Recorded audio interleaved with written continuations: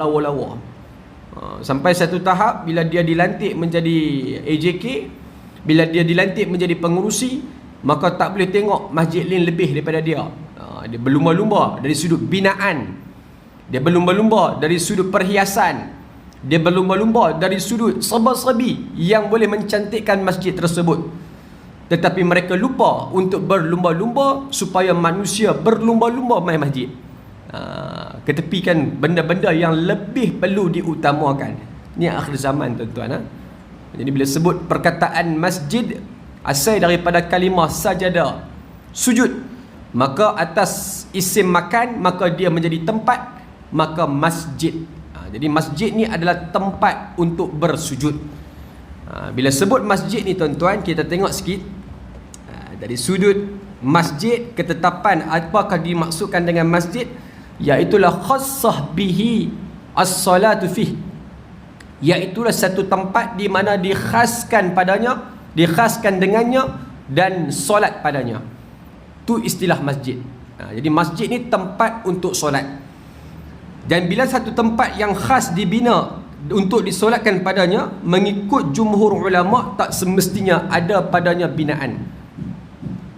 Tidak semestinya padanya adanya binaan. Bukanlah bila sebut kata masjid kena ada binaan. Dia berbeza dengan mazhab Maliki.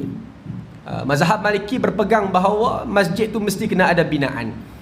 Tetapi tiga mazhab ataupun jumhur mazhab yang lain ataupun jumhur ulama mengatakan masjid tidak semestinya dengan binaan. Maka dia boleh juga jadi masjid. Sebab tu kadang-kadang di kawasan lapang pun dah dikira sebagai masjid bila mana difatwakanlah, maksud kata daripada pihak pemerintah meletakkan bahawa tempat itu adalah tempat di mana orang berkumpul sebagai masjid jami' yang boleh didirikan solat Jumaat dan sebagainya. Jadi tuan-tuan, di Malaysia kita ni dia ada dua, satu masjid dan satu lagi surau lah. Satu surau, masjid jami' adalah tempat di mana orang boleh solat Jumaat. Tapi surau, maka dia tidak boleh disolat Jumaat. Dan bila sebut kata surau tidak terletaknya pada solat Jumaat, maka surau ni dia boleh merubah. Dia bila jadi surau ni dia boleh berubah. Tak semestinya kalau orang letakkan dia surau selama-lamanya dia surau. Dia boleh berubah, tuan-tuan. Nak jadi balai raya ke contoh lah kan. Tiba-tiba ada masjid kat sebelah ni kan, Masjid Siti Aisyah 2 contoh. Nak tukar surau ni, tuan-tuan, maka boleh jadi perubahan. Sama macam di shopping kompleks. Shopping kompleks sebagai contoh, surau di Giant dan sebagainya. Tiba-tiba pihak pengurusan nak tukar surau tu kepada pejabat. Boleh tak boleh? Boleh.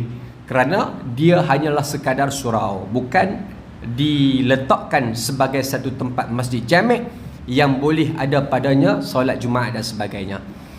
Jadi bila sebut masjid dan surau, hukum pun berbeza. Jadi hukum ni dia akan berubah. Kalau masjid, maka hukum dia berat. Wanita haid tidak boleh masuk dan sebagainya. Kemudian di dalam masjid adanya niat iktikaf, masjid adanya tahiyatul masjid. Berbeza dengan surau, maka surau tidak ada ketetapan yang sedemikian rupa. Jadi itulah masjid, tuan-tuan. Sebagai mukaddimah, apa itu masjid? Kok-koklah tanya apa itu masjid, maka masjid itu ada perbezaan dari sudut yang saya sebutkan tadi. Dia berbeza dengan surau. Ataupun di tempat mana-mana yang kita solat, maka dia tempat solat juga, tempat bersujud. Sebab asal daripada sajadah, sujud. Bila isim makan masjid, maka tempat bersujud.